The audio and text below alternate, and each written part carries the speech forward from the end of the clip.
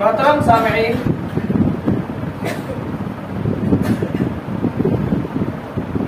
بات چل رہی تھی حیا اور اس سے متعلق، اور ہم نے پچھلے جمعہ آپ کے سامنے حیا کرنے کے طریقے کیا ہیں، اسی طرح حیا کرنے سے کیا فائدے حاصل ہوتے ہیں، اور پھر اس کے بعد حیا کے کچھ نمونے آپ کے سامنے ذکر کیے گئے تھے، اور یہ بتایا گیا تھا کہ انشاءاللہ آئندہ اسی تعلق سے کچھ اور باتیں آپ کے سامنے ذکر کی جائیں گی۔ تو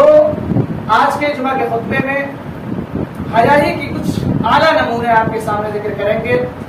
جن میں پہلا نمونہ ابن عمر رضی اللہ تعالی عنہ کی حدیث ہے۔ وہ کہتے ہیں کہ اللہ کے رسول صلی اللہ علیہ وسلم نے ارشاد فرمایا، من جر ثوبہ خیلاء، من جر ثوبہ خیلاء لم ينظر اللہ الیہ یوم القیامہ، کہ جو شخص اپنے کپڑے کو گھسیٹ کر چلتا ہے، اللہ رب العالمین بروز قیامت اس شخص کی طرف نظر کرم سے یا نظر رحمت سے نہیں دیکھے گا۔ یہ حدیث جب ام سلمہ رضی اللہ تعالی عنہ کو پہنچی، یا انہیں جب یہ حدیث معلوم ہوئی، تو انہوں نے سوال کیا، انہوں نے پوچھا فَكَيْفَ يَصْنَعْنَ النِّسَاءُ بِذُجُورِهِنَّ، کہ عورتیں اپنے کپڑوں کے ساتھ کیا معاملہ کرے گی؟ تو اللہ کے رسول صلی اللہ علیہ وسلم نے انہیں جواب دیا، یرخین الشبرۃ، وہ ایک بالشت اپنے کپڑے کو لٹکا دے گی۔ تو ام سلمہ رضی اللہ تعالی عنہ نے پھر سوال کیا، اذن تنکشف اقدامہن، جب ایک ہی بالشت لٹکائے گی تو ان کے پاؤں کھلے رہ جائیں گے، ان کے پاؤں ننگے رہ جائیں گے۔ تو اللہ کے رسول صلی اللہ علیہ وسلم نے فرمایا، یرخینہ ذراعا لا یزدن علیہ، کہ ایک ہاتھ لٹکائے گی، اس سے زیادہ اسے لٹکانے کی اجازت نہیں ہے۔ حدیث رسول میں غور کریں تو ہمیں اور آپ کو پتہ چلا کہ صحابیہ ام سلمہ رضی اللہ تعالی عنہ اور جیسی دیگر اللہ کے رسول صلی اللہ علیہ وسلم کے زمانے کی عورتیں اس قدر باحیا، اس قدر باپردہ اور اس قدر اپنے آپ کی عفت و عصمت کی حفاظت کے سلسلے میں فکر مند تھیں، تو انہیں اس بات تک گوارا نہیں تھا کہ ان کے پاؤں کسی غیر محرم کی نظروں پر پڑے،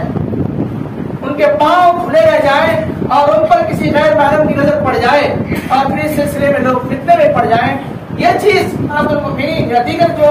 ازواج مطہرات ہیں یا دیگر جو صحابیات ہیں رضوان اللہ علیہم اجمعین، ان تمام لوگوں کی اس بات کی پرواہ تھی، اس بات کا انہیں ادراک تھا، اس بات کی انہیں فکر دامنگیر تھی کہ اگر میں بے پردہ رہوں گی، میرے پاؤں کھلے رہ جائیں گے، میرے جسم کے حصے کھلے رہ جائیں گے، تو پھر مرد حضرات ہماری طرف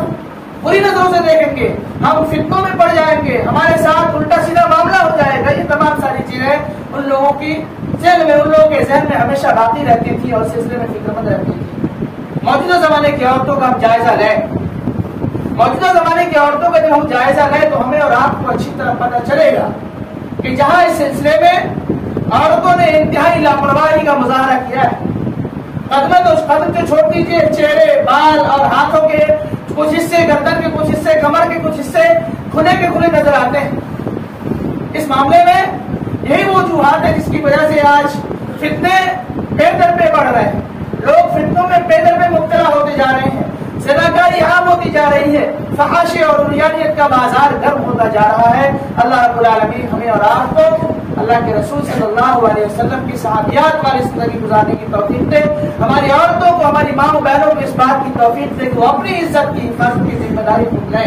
اور اس ذمہ داری کو سمجھتے ہوئے اپنی عفت و عصمت کی حفاظت کریں، کیونکہ آپ کی عزت صرف آپ کی عزت نہیں، آپ کے شوہر کی عزت ہے، آپ کے باپ کی عزت ہے، آپ کے ماں باپ کی عزت ہے، آپ کے سماج اور معاشرے کی عزت آپ کے ہاتھ میں ہے۔ اگر آپ نے لاپرواہی کا مظاہرہ کیا، اگر آپ نے بے رغبتی دکھلائی ان چیزوں میں، تو پھر اس کا نتیجہ بہت ہی برا ہونے والا ہے، جسے ہم آپ آئے دن دیکھتے جا رہے ہیں۔ دوسری مثال عطا بن رباح رضی اللہ تعالیٰ عنہ ہے، ابن عباس رضی اللہ تعالیٰ عنہ کے شاگرد ہیں۔ وہ کہتے ہیں کہ ابن عباس رضی اللہ تعالیٰ عنہ نے مجھ سے فرمایا کہ میں تمہیں ایک ایسی جنتی عورت کی طرف نہ دکھلا دوں جس کے سلسلے میں اللہ کے رسول نے جنت کی بشارت دی ہے؟ تو عطا بن رباح کہتے ہیں کہ میں نے کہا کیوں نہیں؟ وہ کہتے ہیں کہ اس کالی عورت کو دیکھو، کالے رنگ کی عورت ہے، انہیں دیکھو، یہ جنتی عورت ہے، یہ وہ عورت ہے جو ایک بار اللہ کے اللہ علیہ وسلم کے دربار میں حاضر ہوئی اور کہنے لگی کہ اے اللہ کے رسول صلی اللہ علیہ وسلم، مجھے مرگی کا دورہ آتا ہے اور میں بے پردہ ہو جایا کرتی ہوں، اللہ کے رسول صلی اللہ علیہ وسلم اللہ رب العالمین سے میرے حق میں دعا کر دیجیے کہ اللہ رب العالمین مجھے اس بیماری سے شفا عطا کرے۔ رسول صلی اللہ علیہ وسلم نے انہیں دو آپشن رکھے ان کے سامنے، اگر تم بیماری کو باقی رکھنا چاہتے ہو، اس بیماری میں رہنا چاہتی ہو تو تمہارے لیے جنت کی بشارت ہے، اور اگر تم چاہو تو میں تمہارے لیے دعا کر دوں اللہ رب العالمین تمہیں اس بیماری سے عافیت دے دے، تمہیں اس بیماری سے محفوظ کر لے۔ تو اس عورت نے غور کیا اور دیکھا کہ اگر صبر کر لے تو ہمارے لیے جنت کی ضمانت، جنت کی گارنٹی لی جا رہی ہے، لہٰذا انہوں نے اس آپشن کو منتخب کیا اور اس آپشن کو اختیار کیا اور کہا کہ اللہ کے رسول میں صبر کروں گی، لیکن اللہ رب العالمین سے آپ اتنا دعا کر دیجئے کہ اللہ رب العالمین مجھے اس حالت میں یعنی مرگی کی حالت میں میرے اوپر سے کپڑے نہ ہٹ جائیں، میں بے پردہ نہ ہو جایا کروں، اس کے لیے بس دعا کر دیجیے۔ یہاں غور کریں کہ جہاں اس صحابیہ نے جہاں اپنے لیے جنت کو چنا، دنیاوی زندگی میں عافیت کو نہیں اختیار کیا بلکہ اخروی زندگی میں عافیت اور ہمیشہ ہمیشہ کی کامیابی کی گارنٹی جب انہیں دی جا رہی تھی، ان کو انہوں نے ایکسپٹ کیا اور ان کو انہوں نے اپنے لیے حفظ بنایا، ان کو انہوں نے اپنی زندگی میں عافیت کا سامان سمجھا اور آخرت میں اپنے لیے پرسکون زندگی کے لیے اختیار کیا۔ دوسری چیز انہوں نے یہ دعا کروائی کہ میرے لیے پردے میرے پاس سے نہ ہٹے، یعنی میں بے پردہ نہ ہو جاؤں، اس سلسلے میں اللہ رب العالمین سے دعا کر دیا۔ دیکھیں آپ کہ اس صحابیہ نے اللہ رب العالمین سے اس لیے دعا کروائی، اللہ رب العالمین سے دعا کرنے کے لیے اس بات کی درخواست کی کہ میں بے پردہ نہ ہو جاؤں، بیماری کی حالت میں بھی پردے کا اتنا خیال کہ اللہ رب العالمین سے دعا کرنے کی گزارش کر رہی ہے۔ ہماری عورتوں کو اس بات کی توفیق دے کہ وہ بھی اسی طرح باحیا اور باغیرت بنے اور اپنی عفت و عصمت کی حفاظت کے سلسلے میں فکر مند رہے۔ تیسری چیز ہے اسماء بنت ابی بکر رضی اللہ تعالیٰ عنہ کی حدیث ہے، وہ کہتی ہے کہ میں اپنے سروں پر گٹھلیاں اٹھائے ہوئے راستے میں جا رہی، اللہ کے رسول صلی اللہ علیہ وسلم کی نظر مجھ پر پڑی، آپ چند انصاری صحابی کے ساتھ سفر کر رہے تھے، جب ان کی مجھ پر نظر پڑی تو اللہ کے رسول نے مجھے بلایا اور اپنی اونٹنی کو بٹھانے لگے تاکہ آپ مجھے بٹھائیں۔ وہ کہتی ہے استحییت ان اسیر مع الرجال، اللہ کے رسول نے جب مجھے اپنے ساتھ سواری کرنے کا ارادہ کیا، یعنی مجھے اپنے ساتھ لے جانے کا ارادہ کیا، تو مجھے حیا آئی اس بات کی کہ میں مردوں کے ساتھ چلوں، کیونکہ اللہ کے رسول صلی اللہ علیہ وسلم کے ساتھ چند انصاری صحابی بھی موجود تھے، انہیں اس بات کی غیرت آئی اور انہیں اس بات کی حیا آئی کہ میں مردوں کے ساتھ چلوں۔ وذکرت الزبیر وغیرتہ، اور میں نے اپنے شوہر زبیر اور ان کی غیرت کو یاد کیا۔ وکان امیر الناس، اور زبیر رضی اللہ تعالیٰ عنہ بہت ہی باغیرت انسان تھے۔ اس حدیث کے اندر دو بنیادی باتیں معلوم ہوتی ہیں، ایک یہ کہ اپنی عزت کی حفاظت کے لیے ایک عورت اپنے مردوں کے ساتھ چلنا گوارا نہیں کی۔ دوسری چیز جو معلوم ہوتی ہے وہ یہ کہ اپنے بھائی، اپنے شوہر، اپنے باپ کی غیرت کا خیال کی۔ انہوں نے اس بات کا خیال رکھا کہ ان کا شوہر بہت ہی باغیرت ہے، انہیں جب یہ پتا چلے گا کہ میں مردوں کے ساتھ سفر کر کے آئی ہوں تو انہیں غیرت آئے گی، انہیں ناراضگی ہوگی، اس لیے انہوں نے اس بات کا خیال رکھا۔ تو ہماری ماں بہنوں کو بھی اس بات کی توفیق اللہ رب العالمین دے کہ وہ بھی اپنے شوہروں کی غیرت کا خیال کریں۔ معاملہ یہ ہے کہ ہمارے مرد بھی بغیرت ہیں، مردوں کے پاس ہمارے مرد ایسے ہیں کہ ان کی بیویوں کے پاس، ان کی بیٹیوں کے پاس جو بھی آئے، جیسے آج اس حالت میں آئے، کسی کو کوئی روکنے ٹوکنے کی بالکل ضرورت ہی محسوس نہیں کرتے کہ اپنی بیویوں بچوں کو روکیں، اپنی بیوی بچوں کے سامنے کسی غیر محرم مردوں کو آنے میں روکیں، اس بات کی انہیں غیرت ہی نہیں آتی، اس بات کی انہیں ضرورت ہی محسوس نہیں ہوتی۔ ہم مردوں کا معاملہ یہ ہے کہ ہم مرد اپنی بیویوں کے ساتھ بیٹھے رہتے ہیں اور جس کو جو من میں آتا ہے، ہمارے دوست آتے ہیں، احباب آتے ہیں، رشتے دار آتے ہیں اور ہم اپنی بیویوں کو پردے میں جانے کا حکم نہیں دیتے ہیں، یہ ہماری بے غیرتی کا معاملہ ہے۔ لہٰذا ہم مردوں کی بھی ذمہ داری ہے کہ اپنی عورتوں کے تعلق سے حساس ہو اور اپنی حساسیت کا اظہار کریں اور اپنی عفت و عصمت کی حفاظت کے لیے، اپنی عورتوں کی عصمت و عفت کی حفاظت کے لیے ان تمام اقدامات کو اختیار کریں جو حدیث رسول سے ہمیں ملتی ہیں۔ صحابیہ نے اپنے لیے اور اپنی عزت کی، اپنے شوہر کی حفاظت کے لیے انہوں نے اس بات کو منتخب کیا، انہوں نے اس بات کو اختیار کیا کہ وہ اپنے شوہر کی عزت کرے، اپنے شوہر کی غیرت کا خیال کرے، اس بات کی انہوں نے پرواہ کی۔ اب آئیے بے حیائی کی کچھ مثالیں آپ کے سامنے رکھ رہا ہوں۔ بے حیائی، یہاں تو حیا کا معاملہ یہاں تک تھا، اب بے حیائی کی کچھ نظیریں آپ دیکھ لیں، بے حیائی کی کچھ مثالیں آپ کے سامنے ہیں۔ سب سے پہلی مثال ذرائع ابلاغ، میڈیا، موبائل فون یا پرنٹ میڈیا، سوشل میڈیا، یہ وہ ذرائع ہیں جس کے ذریعے فحاشی جتنی تیزی سے پھیلی ہے، طغیانیت جتنی تیزی سے پھیلی ہے، بے حیائی کو جتنی تیزی سے عروج ملا ہے، اس کی مثال نہیں دی جا سکتی۔ ٹی وی چینلوں پر فلموں کے ذریعے، ڈراموں کے ذریعے، ناٹکوں کے ذریعے یا پھر سیریلز کے ذریعے ہم تک جو باتیں یا جو بے پردگی پہنچی ہے ہمارے گھروں میں، یہ بیان سے باہر ہے۔ ہم نے اپنی عورتوں کے لیے موبائل فراہم کیا، اپنے گھروں میں ٹی وی فراہم کی، اور پوری فیملی مل کر فلمیں دیکھتے ہیں جس میں ایسی تصویریں آتی ہیں جنہیں ایک باغیرت انسان دیکھ کر سرشار ہو جائے، انہیں آنکھوں سے پانی آنا شروع ہو جائے، وہ پانی ہو جائے۔ کیوں؟ کیونکہ اس کے اندر ایسی چیزیں دکھائی جاتی ہیں، ایسی چیزیں شیئر کی جاتی ہیں جو ایک باغیرت انسان کے لیے بالکل مناسب نہیں ہے کہ وہ اپنی فیملی کے ساتھ ان چیزوں کو دیکھے۔ لیکن ہوتا یہ ہے کہ تمام ساری چیزیں ہو رہی ہیں تو ہو رہی، اس سے ہماری بہنوں نے، ہماری بیٹیوں نے، ہماری ماؤں نے وہ سبق حاصل کیا ہے جس کی بنیاد پر وہ بازاروں کی زینت بنتی جا رہی ہے۔ ان میں جو کپڑے استعمال کیے جاتے ہیں ان کپڑوں کو ہم نے اپنی بہنوں کے لیے فراہم کیا ہے، انہیں اس بات کی اجازت دی ہے کہ انہیں پیسے فراہم کیے اور وہ جا کر بازار سے اپنے منمانے طریقے سے کپڑے خریدتی ہے اور اسے اپنے لیے سے بہتر کرتی ہے۔ یہ تمام ساری چیزیں کیا ہے؟ اسی میڈیا کا نتیجہ، اسی سوشل میڈیا کا نتیجہ۔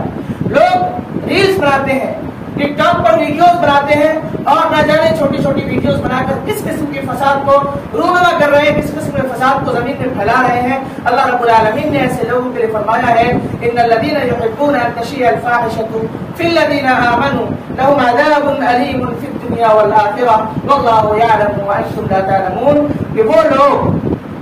جو ایمان والوں کے درمیان، مومن لوگوں کے درمیان فساد پھیلانا چاہتے ہیں۔ کس چیز کا فساد؟ بے حیائی کا فساد۔ ان الذين يحبون ان تشيع الفاحشة، فحش چیزوں کو، بری چیزوں کو عام کرنا چاہتے ہیں ایمان والوں کے درمیان، تو ایسے لوگوں کے لیے آخرت میں دردناک عذاب، لهم عذاب أليم في الدنيا والآخرة، دنیا کے اندر بھی ایسے لوگوں کے لیے دردناک عذاب ہے اور آخرت میں ایسے لوگوں کے لیے اللہ رب العالمین نے دردناک عذاب تیار کر رکھا ہے۔ واللہ یعلم وانتم لا تعلمون، اور آپ جو عذر پیش کریں کہ ہم نے اس لیے سے یہ چیز نہیں ڈالی تھی، ہم نے اس لیے سے یہ کام نہیں کیا تھا، آپ کے دلوں کے بھید کو اللہ رب العالمین جانتا ہے۔ واللہ یعلم وانتم لا تعلمون، اللہ رب العالمین جانتا ہے، آپ کو پتہ نہیں ہے۔ یہ ساری وجوہات ہیں اللہ رب العالمین ہم سبھی کو ان چیزوں سے محفوظ رکھے تاکہ ہماری عفت کی حفاظت ہو، ہماری عصمت کی حفاظت ہو۔ اللہ رب العالمین نے مومن عورتوں کو اور مومن مردوں کو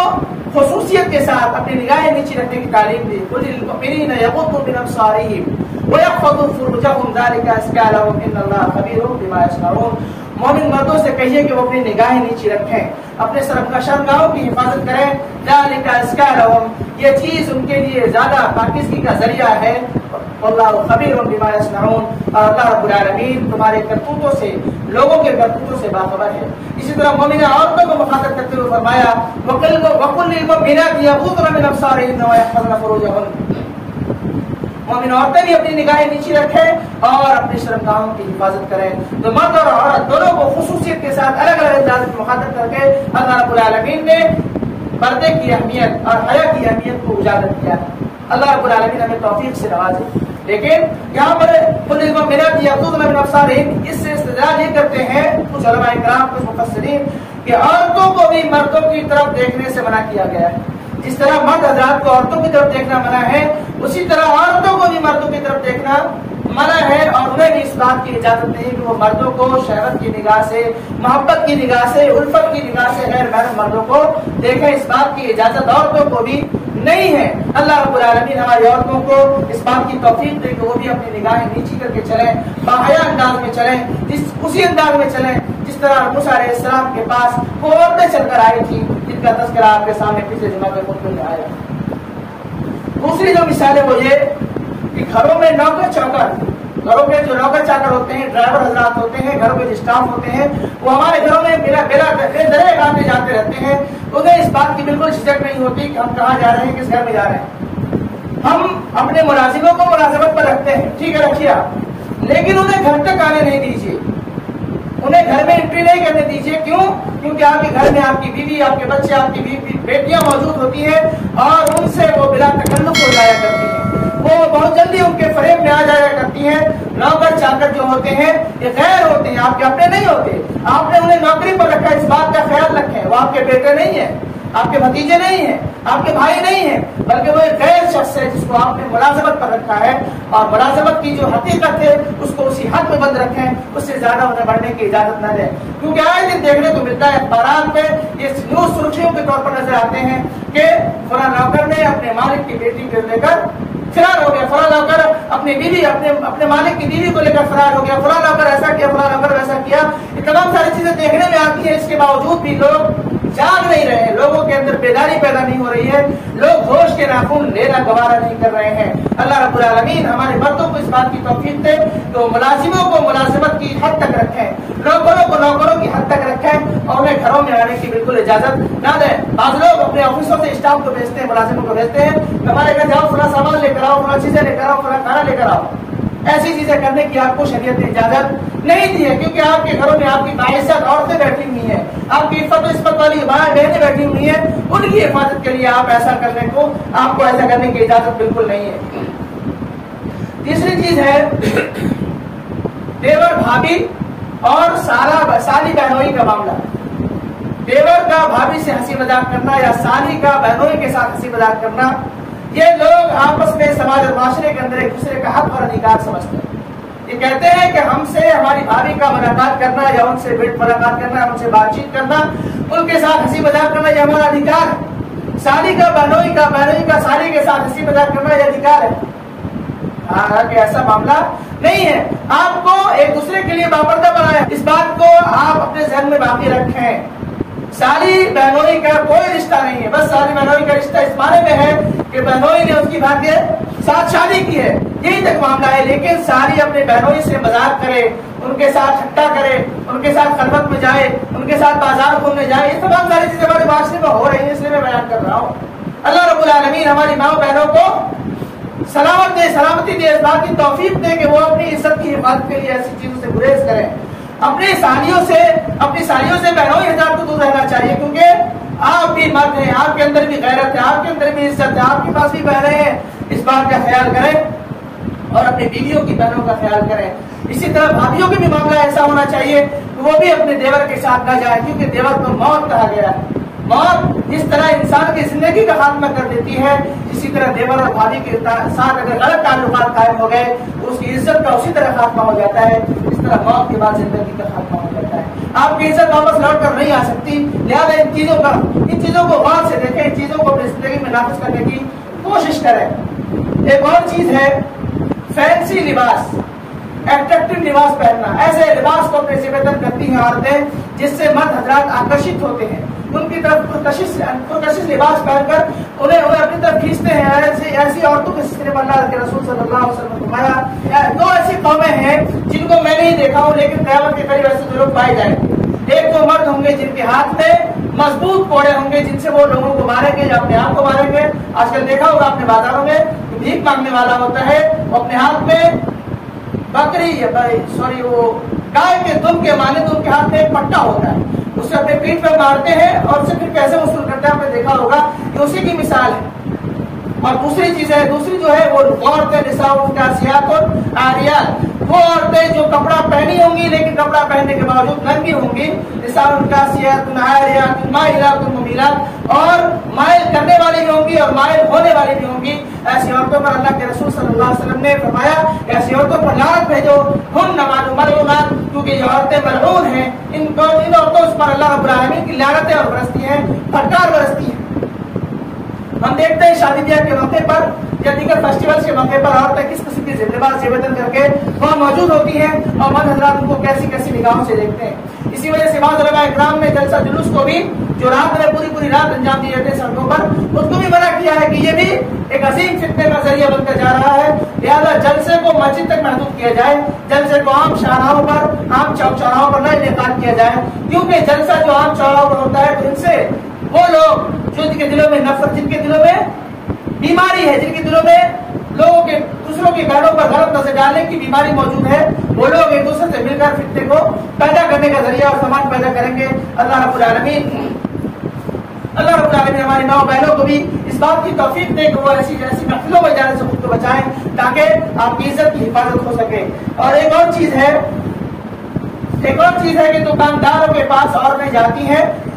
ان سے لچکدار انداز میں باتیں کرتی ہیں، ان سے ایسے انداز میں باتیں کرتی ہیں جس سے